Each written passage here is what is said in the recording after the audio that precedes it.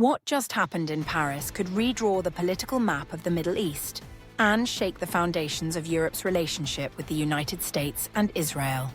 French President Emmanuel Macron just announced that France will officially recognize the State of Palestine this September at the United Nations General Assembly. This isn't just another gesture.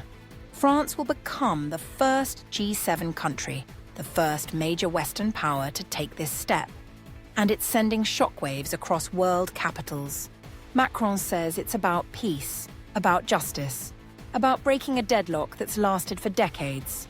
But in Washington and Jerusalem, the reaction has been explosive. US Secretary of State Marco Rubio called it a reward for terror. Israeli Prime Minister Netanyahu went even further, calling France's move a launch pad to annihilate Israel. France's closest partner, Germany, refused to follow suit. Berlin insists any recognition must come from negotiations, not declarations. The United States warned European allies in a recent cable, don't act unilaterally.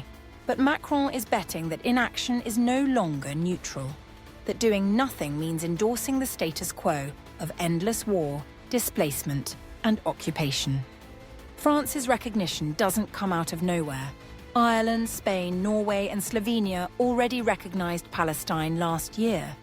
Now, Macron wants to lead a bloc of countries, Belgium, Malta, Luxembourg, even the UK, into what could become a new European consensus.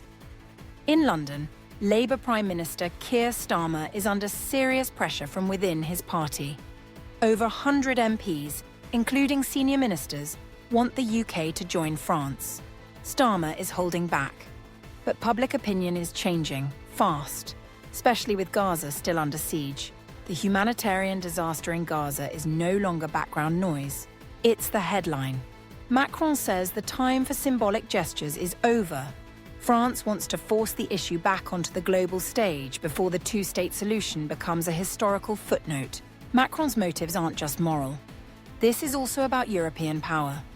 Under Donald Trump, the US has all but abandoned the Palestinian cause. Aid has been cut, UN efforts vetoed, Israel given a free hand. France is stepping into that vacuum. Recognition gives Paris new leverage, new diplomatic weight, and a chance to define the peace process on European, not American terms. This isn't a blank check.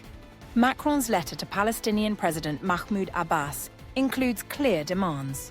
Hamas must be disarmed, elections must be held, and Gaza must be governed by the Palestinian Authority, not a militant group.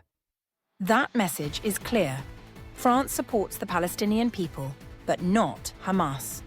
But not everyone in France agrees. Far-right leader Marine Le Pen accused Macron of legitimizing terrorism. She claims this move betrays France's history and supports the October 7th massacre. Macron's response? Silence is complicity. His foreign minister put it bluntly. Hamas has always rejected a two-state solution. We prove them wrong by making it real. So what happens now? Macron will make the announcement in New York this September. If just a few more EU countries follow, it could isolate the US and Israel diplomatically and restore momentum to a peace plan that many considered dead. But backlash is coming. From Israel, from Washington, possibly even from within the EU. Visual montage, protests, diplomacy, Macron walking through the UN. France is betting that the weight of Gaza's suffering and the frustration with endless diplomacy by veto will push others to act. Macron believes Europe can lead. The world will find out in September whether he's right. Do you think Macron's move will make a difference or backfire? Let us know in the comments. Like this video, subscribe to the channel, and visit westernrelations.com for sharp political analysis across the Western world.